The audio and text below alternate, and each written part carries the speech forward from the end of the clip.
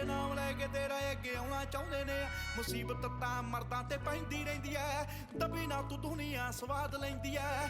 ਨਾਲੇ ਜਿਹੜੇ ਰਸਤੇ ਤੇ ਤੂੰ ਤੁਰਿਆ ਇੱਥੇ ਬਦਨਾਮੀ ਹਾਈ ਰੇਟ ਮਿਲੂਗੀ, ਨਿਤ ਕੰਟਰੋਵਰਸੀ ਕਰੇਟ ਮਿਲੂਗੀ, ਧਰਮਾਂ ਦੇ ਨਾਮ ਤੇ ਡਿਬੇਟ ਮਿਲੂਗੀ। ਸੱਚ ਬੋਲੇਗਾ ਤਾਂ ਮਿਲੂ 295, ਜੇ ਕਰੇਗਾ ਤਰੱਕੀ ਪੁੱਤ ਹੇਟ ਮਿਲੂਗੀ, ਨਿਤ ਕੰਟਰੋਵਰਸੀ ਕਰੇਟ ਮਿਲੂਗੀ, ਧਰਮਾਂ ਦੇ ਨਾਮ ਤੇ ਡਿਬੇਟ ਮਿਲੂਗੀ। ਸੱਚ ਬੋਲੇਗਾ ਤਾਂ ਮਿਲੂ 295, ਜੇ ਕਰੇਗਾ ਤਰੱਕੀ ਪੁੱਤ ਹੇਟ ਮਿਲੂਗੀ।